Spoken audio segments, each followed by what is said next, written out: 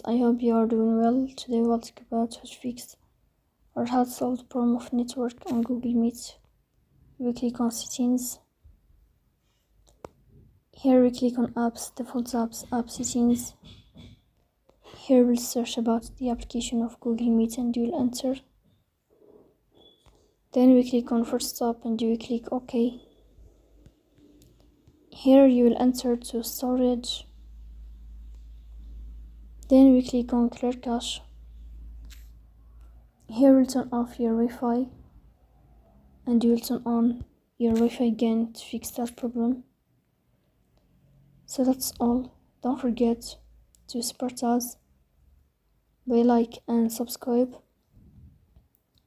See you next time in another video, and thank you for your watching and your attention.